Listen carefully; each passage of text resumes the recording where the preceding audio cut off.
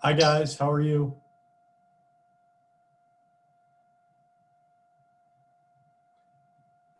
Good.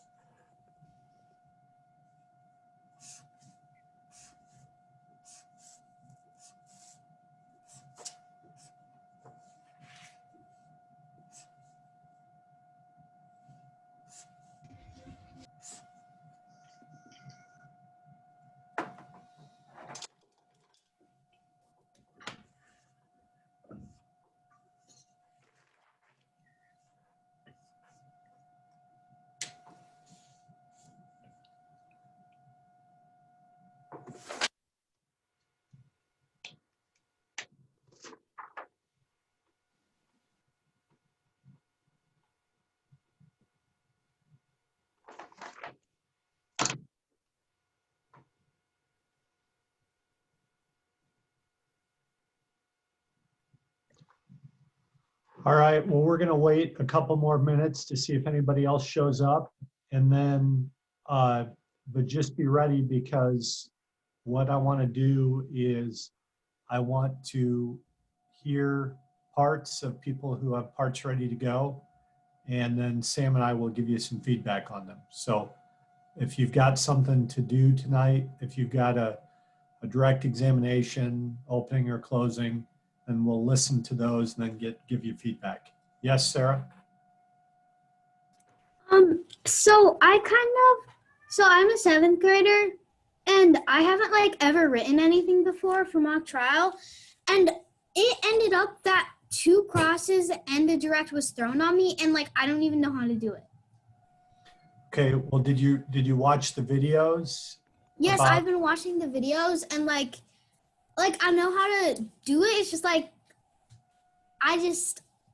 don't know, cuz the 8th graders for the direct haven't done it before, and then the 2 crosses are the 2 crosses are a bunch of 6th graders and no 8th graders were there except for somebody on Zoom. Well, So you just have to start somewhere. So, I mean, you just have to show us what you have and we'll give you some suggestions. okay. All right, so we'll wait just a few more minutes. So just have something ready to go because we're ready to listen.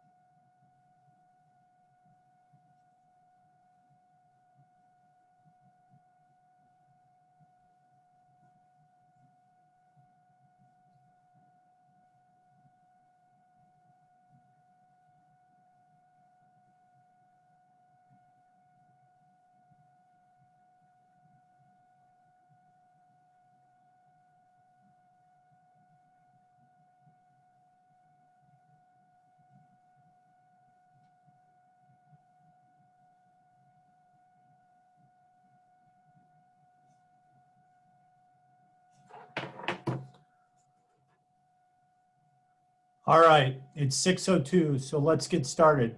So who has something that they want to have Sam and I listen to?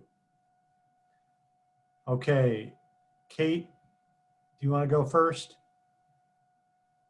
Yeah, I have two, but I think you got my the inspectors. Who is that? Well, he was one of the inspectors, but it was like a really long one. Schneider. It's Schneider. Who Oh, did it you was Schneider. Who Okay. did you send it to? So Mr. Efting has it because I shared it to him, and I told him to maybe send it to you. Did you get anything? I have not received anything. Okay, so I'll have to ask them tomorrow, but it's really long, and I really have to know how to shorten it. So why don't I just share my? No, I don't want to read anything right now. I mean, Okay. the point of being on the Zoom is to listen to things and give feedback. We can read something if we don't get to everybody's parts, but right now I want to just focus on listening to things. So it doesn't matter if it's long, it can't be that long. But if you've got It's 70. It's 72 questions long. okay. Yeah. So I'll just pull that up right now. Okay, does somebody have something that they want to do right now then? Mia? So yes, I am the witness for 7th grade. I'm Mel Pearson. So me and Kendall Overfell, I don't think she's here right now, but oh wait, Kendall's she is. on. Yeah, she's on. So we both worked together writing it, and we finished the first draft of it. It's around 30 questions long. So Okay. All right, well, if you've got something, Kendall can ask the questions and you can answer them. That's fine. Kendall, are you on?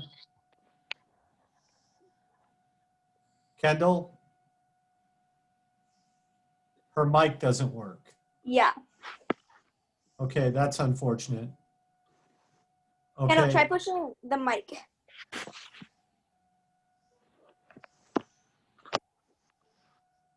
Is there anyone here who's related to Mel Pearson, like a director witness? well, if somebody wants to coach Kendall on how to make her mic work, you can go ahead and do that by chat or email or something. Is there somebody who has something? Riley, you had something that you want us to listen to? Yes, but so I have both of my rough drafts done, not the best, but I got a rough draft in. But my one that I like am completely done, and I don't have a witness here to say anything. Well, can you share it with somebody who's here? Yeah, Evie, can I share it with you? Hello? Yeah. Just share it with my on my email. Yeah. Okay. It's the Wilson Direct. So just share it. I have that. Oh, you do? Yeah, Okay, do you want to read it with me then? sure. What part do you want me to read? Here, you can be witness, I guess. Okay. Never mind, Evie, we don't need you. Okay, let's get started. Okay. Please introduce yourself and spell your last name for the court. My name is Ricky Wilson. Wilson. Where do you live? I live in Goldfinch, Iowa. What do you do for a living? I am currently unemployed, but I have experience managing clubs and restaurants. Do you remember the night of March 15th, 2018? Yes, I do. Why do you remember that night? It's the night I lost my son, Jack, to the fire at the Love Shack. What is the Love Shack? It is a popular nightclub and venue in Des Moines, Iowa. What was your relationship with Jack like? He was the best son I could have asked for. His father/mother passed away when he was 6. We grew closer because of that. How did Jack's death affect you? I can't begin to describe the devastation I felt. You can never really get over it. I've sought out counseling, gone to programs for people who have lost their children. It helps a little, but not much. Before we discuss the death of your son, I want to get to know him a bit more. Now, can you tell me a little bit about Jack? Jack was a skilled musician. He played the saxophone. He spent hours in the loft writing new music. His band even won a battle of the bands. Did Jack have any other hobbies? Jack was also really interested in film. Him and his friends would go and watch old films, then make their own updated versions. How did Jack perform in school? He was well liked by his classmates. He was going to graduate near the top of his class. He was eager to go to college. Why did Jack go to the concert? Because he wanted to hang out with friends before they all went off to college. He was also a very big fan of the Dutch Masters. I thought even though it's on a Thursday, spring break is just around the corner. They deserved a treat. Now, let's move on to the day in question. What time did the show start? Jack told me that warm-up started at 7:30 and the actual show started around 9:30ish and we would leave at 6:30. Did anything happen in the car? I noticed a vague smell of alcohol. Did Jack usually drink? No, never. Anything else? They were just talking about the band and they were very excited. What happened when you got there? There was loads of cars, so I dropped them off. What happened next? I headed home and then went to put out the garbage. Did you notice anything? I noticed bottles I assumed were Mel's. Did you ever get any information before the show on when he would be back? No, but Jack was really good at calling me, updating me through the show. Did he update you? No, I hadn't heard by 11:45 from him, so I left to go check on him at the show. What happened while you were driving? I saw flashing lights from a couple blocks away, fire engines, ambulances, and cop cars. What did you do after you saw the chaos around the club? I pulled my car over and ran to the first police officer. First police officer I could find, yelling, "Where is Jack?" What did you do after that? I saw Barry Buck and went to him, yelling, "Where is my son Jack?" What was your relationship with Barry Buck? He's my former boss. I was once employed at the Love Shack. I was fired. Let's talk about your experience working there. How long did you work there? I worked there from 2011 to 2016. What was your experience working there? It was okay. We would usually just host parties and such. Are there any incidents that stick out to you? Once I witnessed one of the fireworks almost hitting the ceiling. Let's go back to the day in question. What happened after you talked to Barry? An officer showed me into the Love Shack. I knew the moment I saw the body, it was my son. Were you aware that Jack was drinking before the show? Yes, there's a vague smell of alcohol when I was driving Jack Mel. I also found empty bottles of vodka and energy drinks in the trash. I just assumed it was Mel. Were you aware that the Love Shack allowed indoor fireworks? Yes, in my time working at the Love Shack, every once in a while they would allow indoor fireworks. Did you like the idea of fireworks? I was always hesitant about the fireworks, but the fire marshals came to do inspections regularly. From your years working there, how did the club handle the fireworks? They would rope off the areas around it, then to prevent what happened that night to happen again. Who do you blame with the death of your child? I blame Barry Buck. There were so many precautions that could have been made that he chose not to make. His cluelessness resulted in my son's death. Thank you, Your Honor. Oh, that's not me. Oopsies. Oh, thank you, Your Honor. I have no further questions. I'm going to change that to negligence. All right. So good job with the first draft. I want to suggest some structural changes to you, okay? Okay. Because one of the things that you want to try to have this witness do is you want to give this witness an opportunity to get emotional. Okay, but you have to build up to getting emotional. Okay, you can't. And so the thing is you go into all this detail about the kid dying, and then you go into what I really think is the most important evidence in this case, which is the what the defendant did wrong. And so the way that I would structure this direct examination is, I do the introduction, explain who this witness is, why you should listen to them, the teaser, but the background is really not background about the son that much at all. The background is really about this witness's experience with the defendant and the defendant's nightclub. Okay? Are you following me there, Riley? Yes. Riley? Okay.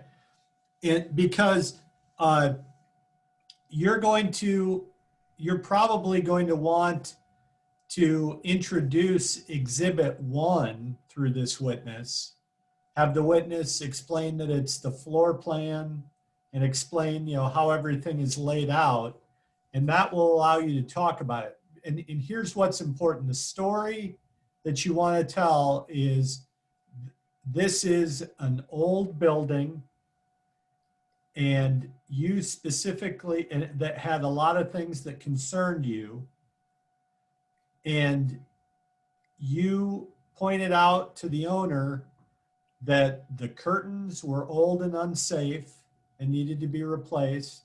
That's area number 1. 2, that the water pressure for the sprinkler system in the kitchen was not good enough. That's number 2.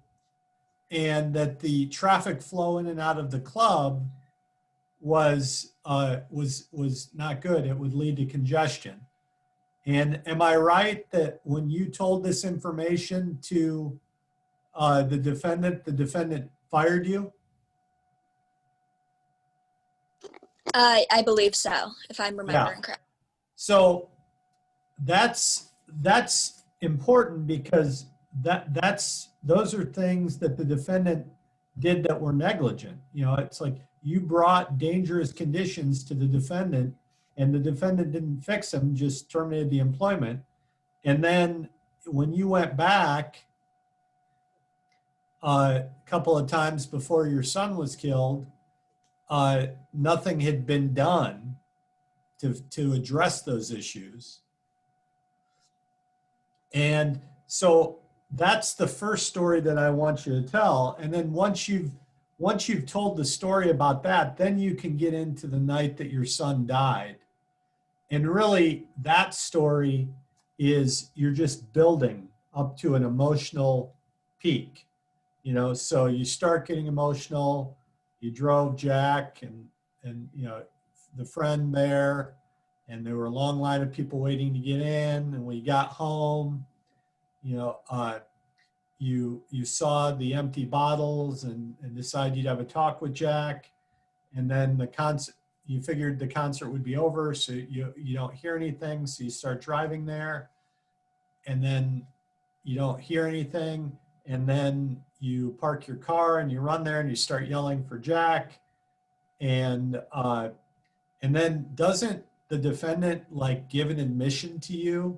Doesn't the defendant say something like, "I had no idea they would be so big, there were too many," or something like that? Isn't that in the witness statement? I believe so, now that you say it. Okay, so that's kind of an admission. And then I think this witness starts hitting the defendant, and then the police officer grabs you and takes you into the club, and that's when you find Jack lying dead on the floor. And that's kind of that's the grand finale, right? That's the conclusion. Yes, Riley? So me and Ava got into an argument, so I meant to ask you about this.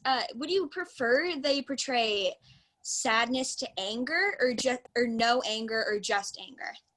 Anger to sadness.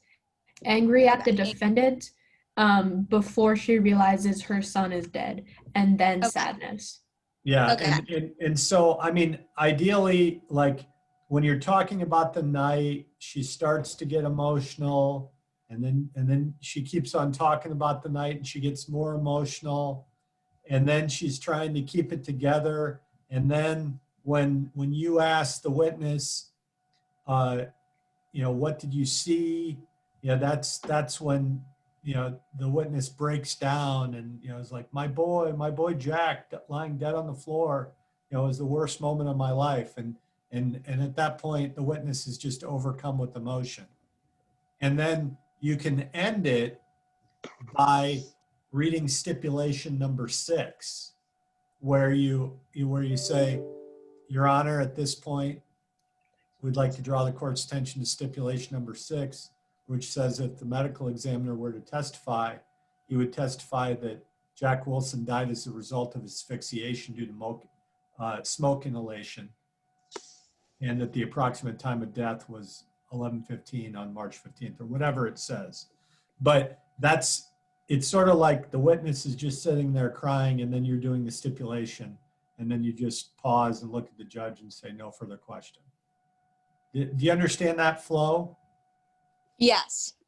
Okay, but keep in mind, okay, so the stuff about Jack being a good boy and that you love Jack and that Jack had all these hobbies and stuff, technically that's not really that relevant, okay? Somebody could object that it's not relevant because this is a bifurcated case. So that means that damages aren't an issue. And so you really need to focus your, the witness's testimony on what the defendant did wrong. And in my opinion, what the defendant does wrong is ignores the this witness when the witness is saying, all the dangerous conditions that were present in the club and didn't do anything to fix them. Does that make sense? Yes. Okay. So Sam, do you have anything else to add? You bring up the same evidence about the bottles and the smell of alcohol in the car twice. You should only bring up that once and only to defang it before cross so it doesn't jump out during cross, because that does not help you.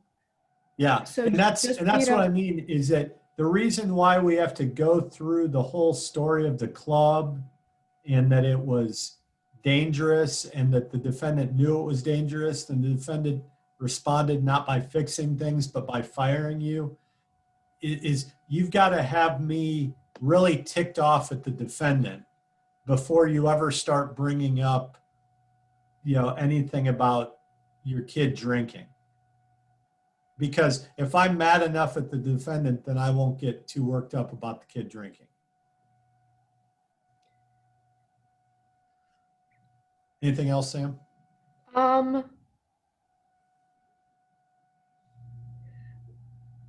No, I think that's it. Okay. So Riley, does that give you enough to go do another draft? Yes. And I also have been filming this whole thing, so. Okay. Good deal. All right. Who wants to go now?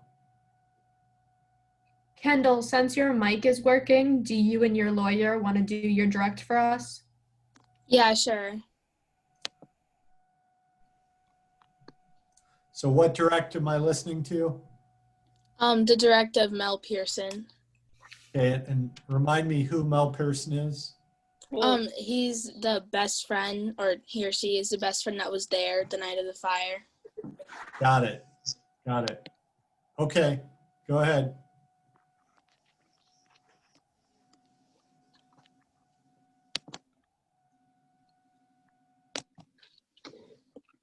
Who's your lawyer? Mia, get the family computer and read it off of that so we can still see your face.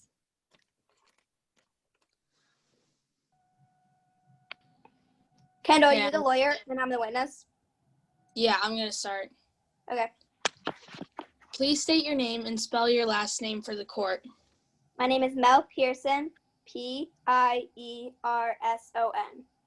Where do you live? I live in Des Moines, Iowa. How old are you? I am 19 years old, but I was 17 at the time of Jack's death. Where were you educated? I graduated from Benjamin Harris High School in June of 2018, just 3 months after Jack's death. Do you remember the night of March 15th, 2018? Yes, I do. It was the night I lost my best friend, Jack. It was one of the worst nights of my life, and I don't know if I'll ever be able to recover. Before we get into the details of that night, why don't you describe the relationship between you and Jack? Jack and I had known each other forever. We played music together, and we were both filmmaking anything and everything we saw. We both worked at a local record shop in town. What did you guys like to film? Dumb stuff, funny stuff, and sometimes downright stupid stuff, but we loved it. So you and Jack were familiar with filmography? Yes, we had a pretty successful YouTube channel and a blog.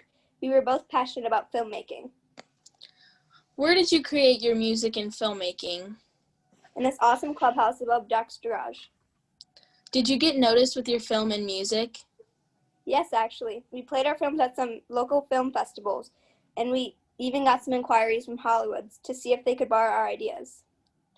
Are you still passionate about filmmaking and music? Not as much as I was in 2018. Frankly, Jack's death did not only end his career, it also ended mine. Let's get into the night of the fire. Where were you on March 15th, 2018? I was hanging out with Jack. We were getting psyched up for the Dutch Masters performance at the Love Shack that night. What were you doing? Well, we were mixing drinks. Jack made this really sick concoction of vodka and energy drink. I also had a few drinks myself, but Jack really put a hurting on those bottles of vodka. Was there anything else you were doing before the show? We were planning our next big film. What was your next big film about? Jack was going to act like an obsessed fan who went nuts at a concert. Were you planning to bring the camera into the show? Yes, we knew we would have to smuggle it in since we were not allowed to bring anything into the Love Shack. When you arrived at the Love Shack, what did you do? Jack's father dropped us off, and it looked absolutely packed. We finally made it into the Love Shack where they gave us a wristband. What were the wristbands for? It was for the people at the bar to make sure we were allowed to drink. How did they know if you were allowed to drink? If you had a green wristband, you were under 21. And if you had an orange wristband, that means you were over 21 and you were allowed to drink. What wristband did you get? I got a green one, and somehow Jock got away with an orange one. So once we were in, he got us some drinks, even though he was acting goofy already. Did the bouncers check your bags? Yes, they did. Surprisingly, they did not find the camera. We were clear to shoot our film. Let's get into the show itself. During the show, what were you both doing? Jack was jumping on and off the stage while I filmed him. The Dutch Master had some fireworks that were shooting up to the ceiling. It felt dangerous. What do you mean by dangerous? Well, the fireworks were shooting up and almost touching the ceiling. It was scary because the ceiling was 7 feet tall. What happened next? Well, they started their encore. I noticed some smoke floating around. I didn't see the fire, but you could see the smoke. Then all hell broke loose. People were shoving, trying to get away from the stage while the smoke was getting thicker. It happened so fast. What happened so fast? The people went from moving and grooving to screaming and trying to rush out the door. They were all trying to get away from the stage.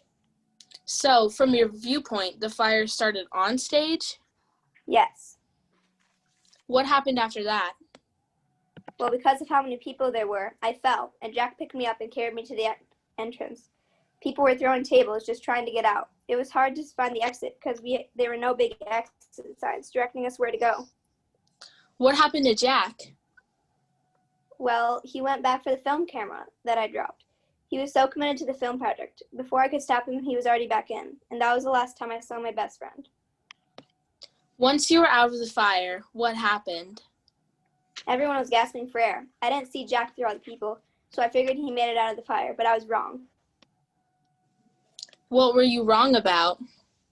He was dead. He didn't make it out. My best friend had died, and there was nothing I could do about it. He tried to help everyone, but he ended up dying in the process. When you say help everyone, what do you mean by that? When he went back to get to the camera, he saw people struggling to get out. so he helped them instead of getting himself out. Now, I know these past 2 years have been hard, but can you answer one more question for me? Yes. Was the Love Shack safe the night of the fire? No, that place was a death trap. No sprinklers, no warning about the fire, not even clear exits. Thank you, Your Honor. No further questions at this time. All right. Well, that's a good first effort. Let's talk about that. So everybody who does something with the plaintiff side of the case, I want you to take out a sheet of paper because I want to work backwards. Okay? So let's start with what caused Jack to die? What was Jack's cause of death?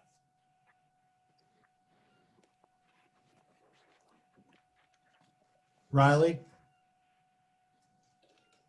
Smoke inhalation. Asphyxiation due to smoke inhalation. Right, okay. So then the question becomes, what caused the smoke? And the smoke was caused by fire, right?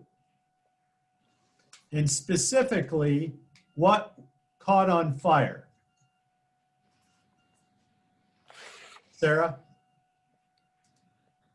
The ceiling, I believe. Any other ideas? Kate? The left stage curtain. The stage curtain, okay? And so once the stage curtain, why did the stage curtain catch on fire? Riley? Because it was moved around Okay, closer to the. we can argue about its location, but what set the stage curtain on fire? Yes. It was set by the what is the word? Pyrotechnics? The firework. Pyrotechnics. Yes. So you've got pyrotechnics to stage curtains, and stage curtains to smoke, and smoke to smoke inhalation, right? That's the sequence. Now let's go a little bit deeper. What's the problem with the curtains? Kate? For one, they weren't tied back in a position where it would have got caught on fire. They were in a position that was too close to the pyrotechnics. That's one thing. What's something else about the curtains? Mia? They were really old, I think. They were old, and that means they were not. Riley? Riley? They were not flame resistant. Yes, flame retardant. So you've got old curtains that were not flame retardant that were allowed to be too close to the pyrotechnics. And the pyrotechnics, and in addition to that, the stage curtains were right next to the acoustic tiles in the ceiling, which were also flammable, right? So what was, and what's the problem with the pyrotechnics besides the fact that they were too close? Mia? I don't think there was a barrier between the pyrotechnics and the stage people and like the people watching the concert. Sure, but they didn't catch the people on fire. They caught the curtains on fire. So what was the problem with the pyrotechnics? They were too big, weren't they? It was too big of a display. Okay, now if you've got a display that's too big and you let that be too close to curtains that are old and not flame retardant, and those curtains are right next to flammable acoustic tile, then you're going to have a fire that can throw off smoke, right? Now, is there anything that could have prevented what happened after the curtains caught on fire? Kate? Well, in the Schneider testimony, like he told Buck to replace kind of the exit light so they would be extra bright so people would know where the exits were. Okay, And- well, that is a very good comment, but it's not what we're talking about right this minute. We're talking about what could have prevented the fire from growing, which caused the smoke. Riley? If they had an updated sprinkler system. Yep, because the sprinkler system didn't have enough force, so it allowed the fire to burn longer. And when the fire burns longer, what does it throw off a lot of? Riley? Smoke. Smoke, yes. And what could have stopped the smoke from filling up the room? Kate? A ventilation system. Yes, a ventilation system. And even if you didn't have a sprinkler system that could put out a fire, and even if you didn't have a ventilation system that could dissipate the smoke, the next question is, what else could have protected people from that smoke? And Kate, this is where you were going.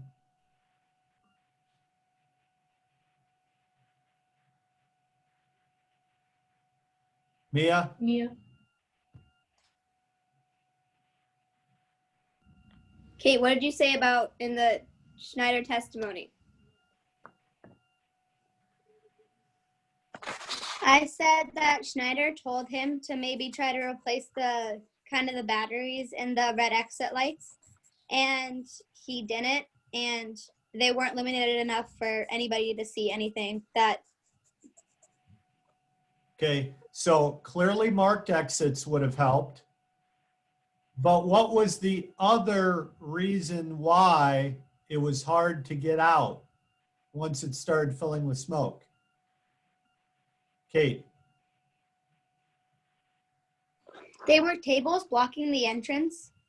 There were tables blocking the entrance. They weren't just blocking the entrance. What else were they? What was unique about those tables that was changed? Well, they weren't bolted, so they could have been moved. Weren't they bolted that night? Yeah, they were bolted that night, but in the inspection, they weren't bolted. I don't know why they did it. Right. So what I'm saying is you had tables bolted to the ground, which limited how people could get out, right? And how many exits were there to get out? Only 2. And what was the problem in terms of getting people out? Was there any other problem with the people getting out? Riley? You could go into how they had more people than they were allowed, which made it more of a mass exodus. Exactly. There were too many people. They let too many people in. So if we know that that is our case against the defendant, if we know the problem is the defendant allowed too big of a pyrotechnic show for the facility and let pyrotechnics go off near old curtains that were not flame retardant and that were allowed to be too close to the pyrotechnics, even though he had a sprinkler system that didn't have sufficient force to beat down the fire and allowed it to burn longer, and he didn't put in a ventilation system to clear the smoke, well, then you've got this combination of too many people and bolted down tables blocking where they could go and poor lighting or poor exit lighting. All of those things together lead to what? Riley. The fire and the death of Jack. Asphyxiation by smoke inhalation. So if that's our argument, right? If that's our case against the defendant. Now let's look at this kid. What do we really want this witness to be testifying about?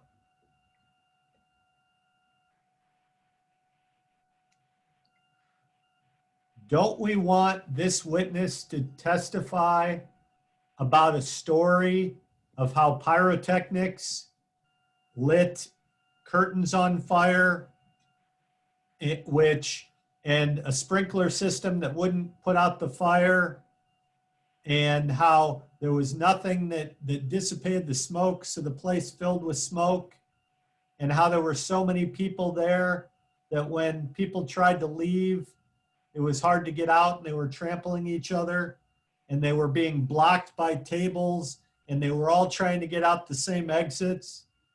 And the fact is that Jack was trying to save people and in the course of saving people died.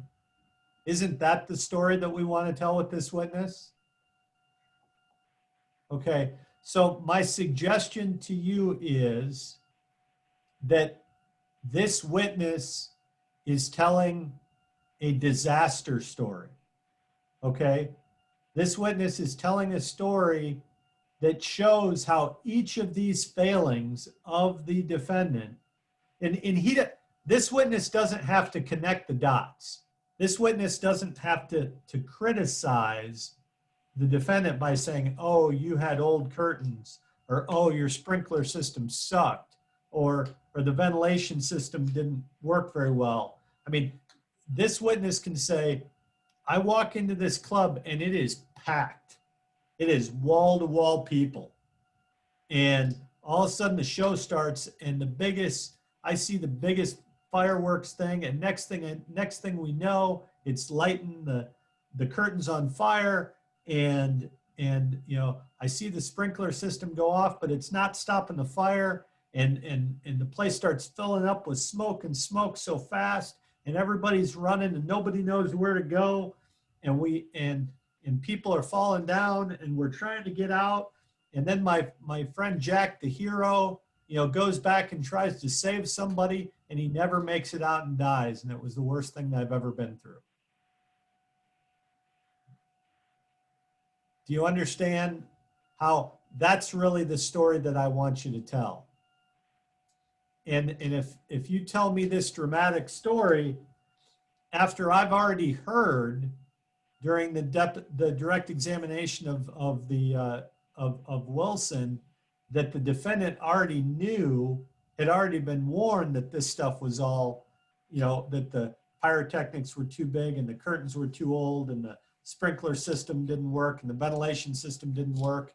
Once I hear all that, it's like, do I really care that much about some kid having a few drinks at a bar?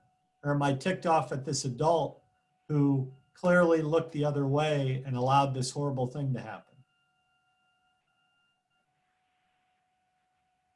Does that make sense? Okay, so who writes this direct? Raise your hand so I know. Okay, so Kendall and Mia, can you rewrite the direct so it tells that story? So it's dramatic, it's exciting.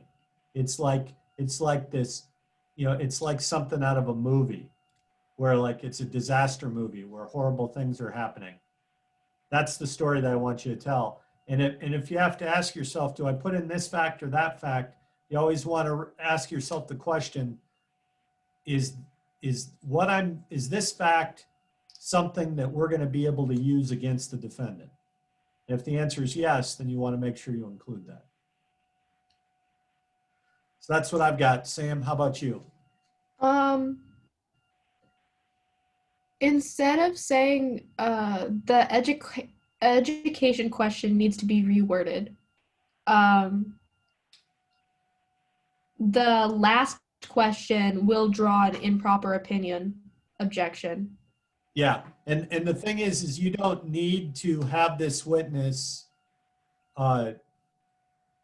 do this, make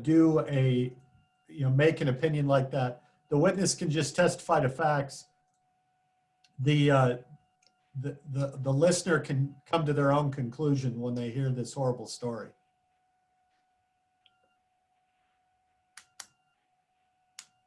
That's pretty much it, all I had. Okay. So by any chance, do we have, who's the last witness for the plaintiff? Kate, who is it? Schneider. Schneider, is somebody, do we have the director Schneider? Can we Frederica. listen to that just so we can finish Yeah, all but three plaintiff witnesses? The witness isn't here. Is there anyone here who could read the witness part? My sister could. Mia, Okay. you have the copy. Okay, well, let's do it. Maybe she could read it. Okay. Okay, Yeah, well, Mia, give me get a it second. pulled Gotta up. log into the account. I will.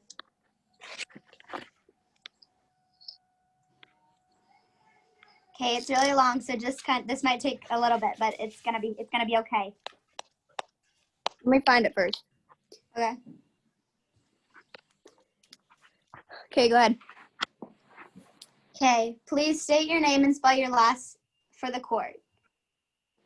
Frederick Schneider. Schneider.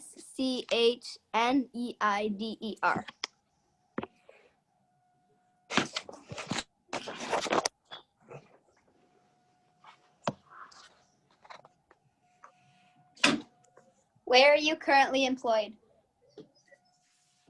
I work as a fire investigator for the state of Iowa Criminal Investigation. What are your responsibilities in that capacity? I am called to the scene to investigate building fires to determine causes, probability of suspicious organ, and to assist in the determination as to whether criminal activity has taken place. Did you have any other jobs that required you to be familiar with fire safety and building codes? Well, I work as a consultant for Finch County during building codes inspections for fire safety for commercial properties within the county. Do you remember the day, March 15th, 2018? Yes, I do. That was the day of the tragic Love Shack fire where a young man, Jack Wilson, was killed. How were you a part of this fire? Well, I was called to investigate the scene the night of the fire. Before we get into the night of March 15th, how about you share a little bit of background with us? Where did you go to school? I attended the University of Delaware. What was your degree at the University of Delaware? I graduated with the degree in criminal science. Did you get any additional degrees after your graduation? Yes, I attended Southern Iowa University for graduate school, where I received a master's degree in criminalistics. Did you receive any other training? I attended the police academy, where I received basic fire and emergency management training.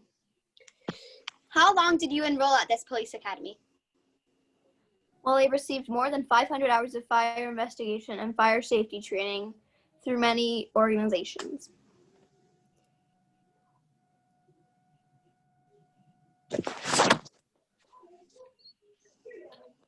What type of organizations? Anything ranging from the FBI to the National Fire Safety Association to the Bureau of Alcohol, Tobacco, and Firearms. Do you know Barry Buck? How do you know him? Yes, I do know Barry Buck. I attended my fair share of concerts and events at his Love Shack over the years. While growing up in Goldfinch County, I also knew his family through the reputation and community involvement. What is the Love Shack? Love Shack is a family-owned bar right here in Goldfinch County. Did you inspect this Love Shack? Yes. When did you inspect the Love Shack? I inspected the Love Shack on August 5th, 2017. Was Barry Buck with you during your inspection? Yes, he was. I like to have the manager present while conducting an inspection. This way I can point out areas of concern. Your Honor, may I approach the witness? Counsel, Yes. I will be referring to Exhibit 4. I'm now handing the witness Exhibit 4. Do you recognize Exhibit 4? Yes, I do. What is Exhibit 4?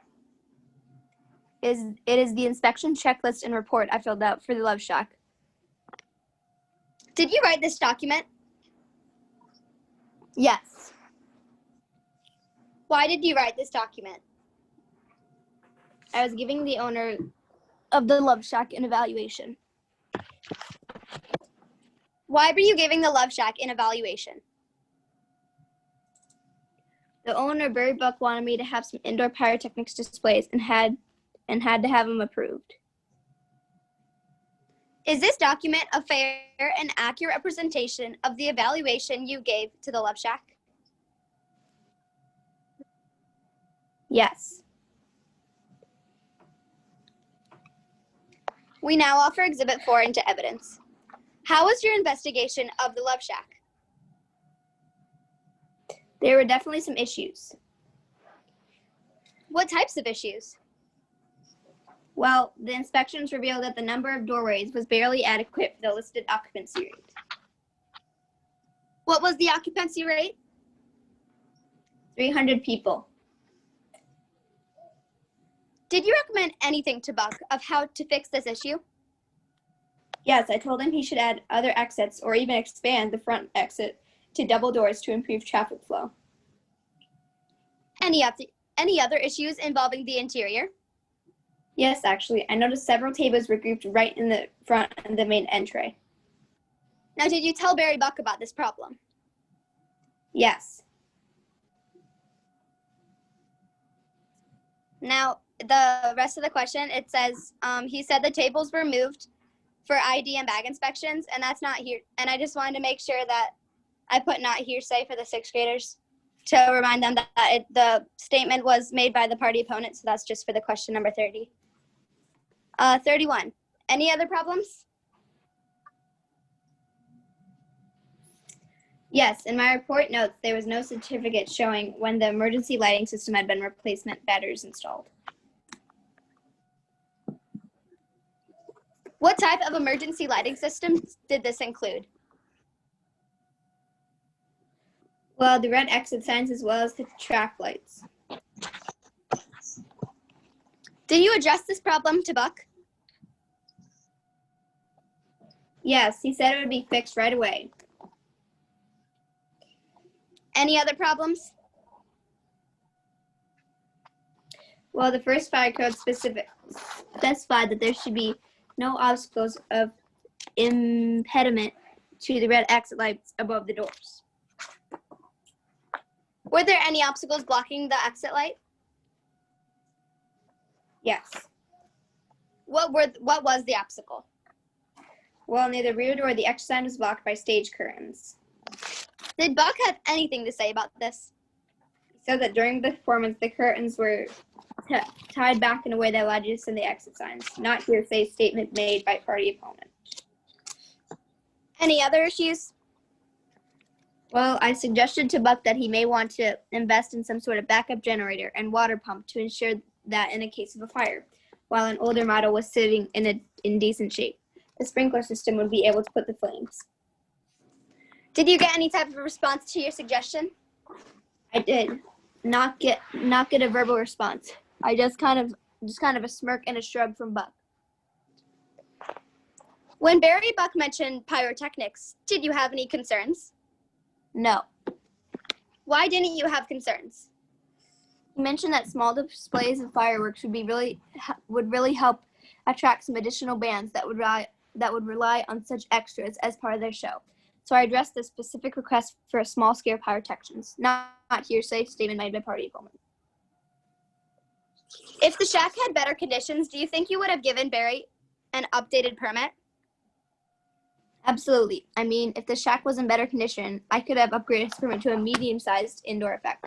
But spinners, cannons, full-scale fireworks would never pass muster at the club's given size, age, and configuration of the building. Did you have any other worries or concerns about pyrotechnics in the Love Shack? I had very few. The ceiling was 6 to 7 feet high, and as long as there are sufficient clearances, there are few problems. Let's move on to the night of the fire. What time were you called to come address the fire's damage? I was called as soon as the building was secure, which was around 11:45 p.m. When you arrived at the site, were you allowed to start your investigation inside the building right away? Yes, the fire had already been suppressed. I was allowed to start the investigation inside the building as soon as I got there. What did you see when you walked into the shack? Well, when I walked into the building, I saw a group of policemen huddled around what seemed to be a young man, Jack Wilson. Did you continue your investigation afterwards? Yes. Now, did you notice any culprits right away? Yes, the curtains. What was wrong with the curtains? Well, the curtains were not tied back, so the rear door was partially covered. Why was the curtain the culprit? On the left curtain, it was scorched about midway up. This was most definitely the cause of the fire. You told Barry Buck to tie up the curtains. Was your suggestion fulfilled? No, it was not. Any other culprits? Yes, there were 2 to 3 tables blocking the front door. Were the tables bolted to the ground? Well, there was evidence that the tables had been bolted to the ground in some way. In which way were they bolted? One of the twisted metal table legs still protruded from the flooring. Barry Buck said the tables were moved when the event started. Were the tables moved? No. How did the sprinklers work?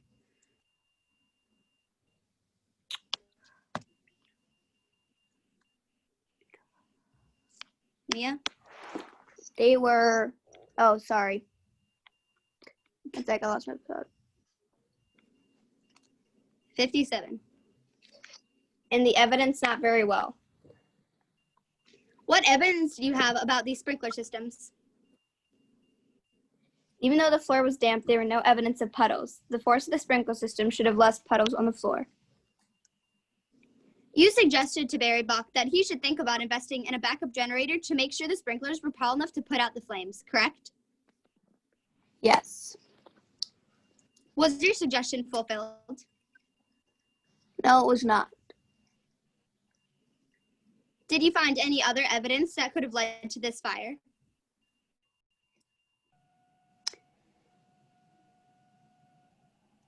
Yes. What did you find? I found a handheld counting device on the floor.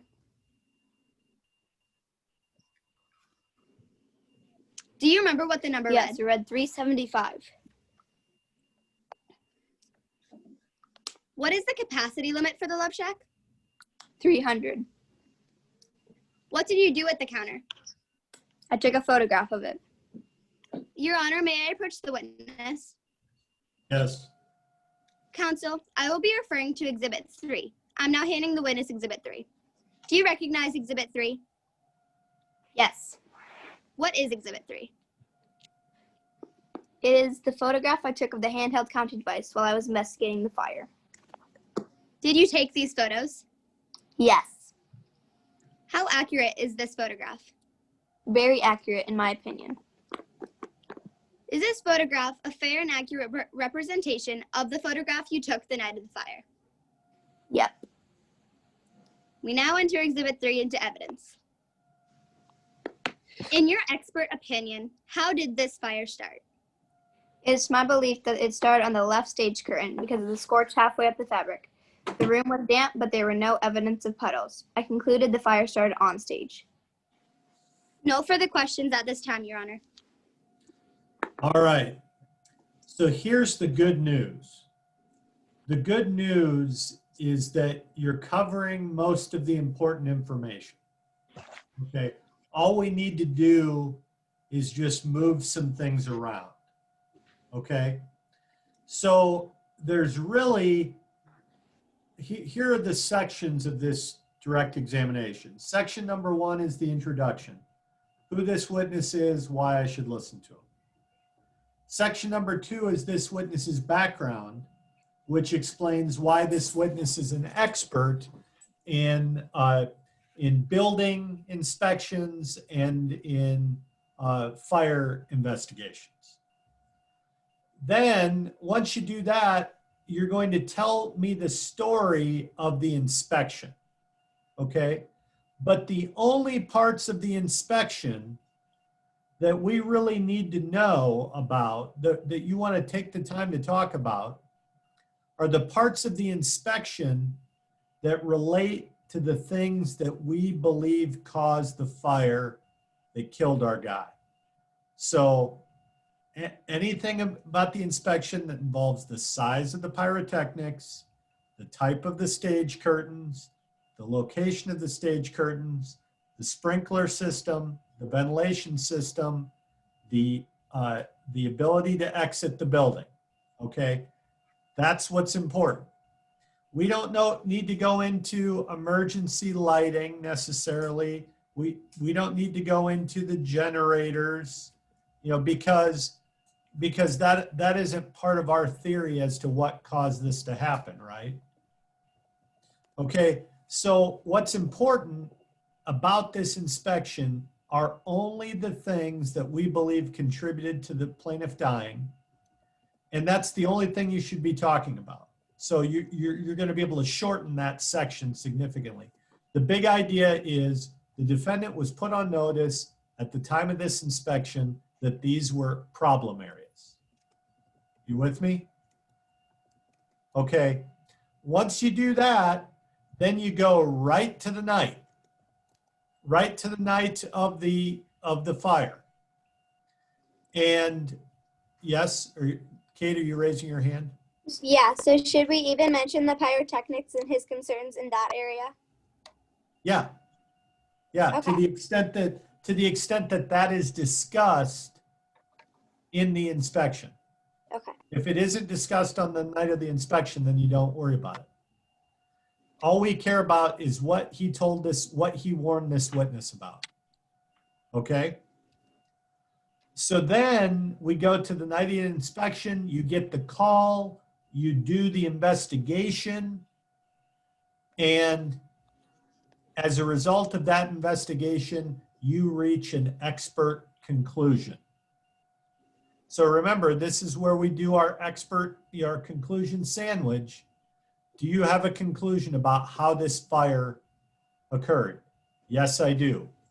What is your conclusion? It occurred, it happened when the pyrotechnics lit these curtains and which caused fire and smoke to fill the theater and Yeah, so force.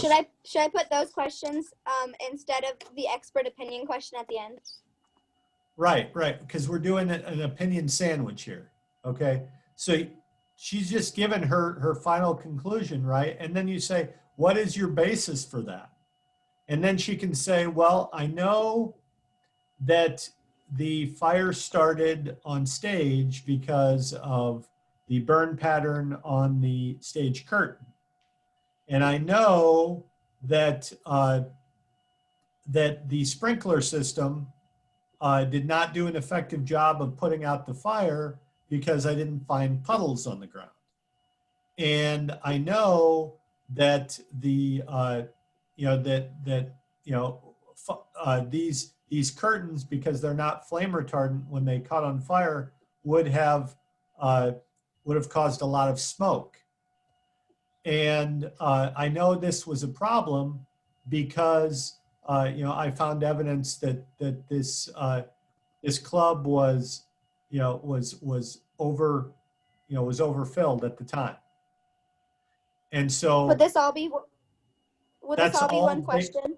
no, I mean, it could be, you could break it down, but it all has to do with the basis for her conclusion. And then once you give the basis, you just find a way to restate the question, which is, and so why do you believe the fire, what's your expert conclusion on why this fire hung, burned as long as it did? Well, because the sprinkler system didn't stop the fire from spreading, and the ventilation system didn't clear out the smoke. Thank you. No further questions. It can be a lot more. You can cut to the chase. Okay. You don't, and so the big ideas besides the structure are, number one, only focus on the elements that are part of your theory for why this happened. And number two, only go into those parts of your inspection or only go into those parts of your investigation. There's a bunch of other stuff that you can say, but you just don't need to go into it. So I think if you do that, you can shorten this quite a bit. Sam, do you have anything else? No, that was pretty much it. Okay. All right. So here is the plan. Okay. We've gone through all of the witnesses for the plaintiff. Okay. So I want you to make those changes, and you can certainly give those parts to Mr. Efting, and maybe we can look at those written changes. But what I want to hear next week at this time is I want to hear all three of the defense direct examinations. All right. So just like we did tonight, I want to hear all three directs. We'll give feedback on them. If we have time, maybe we can listen to another, listen to the changes that you made. But the important thing is I want a chance to be able to hear and give feedback on all the defense directs next week. Does that make sense? Nod your head. Yep. Okay. Any last minute questions before we end? Okay, good job, guys. You did some good work this week. Just keep it up, okay? And send the parts that you changed to Mr. Efting, and he'll share them with us. All right, I'm going to end the Zoom now. Have a good evening. Thank you.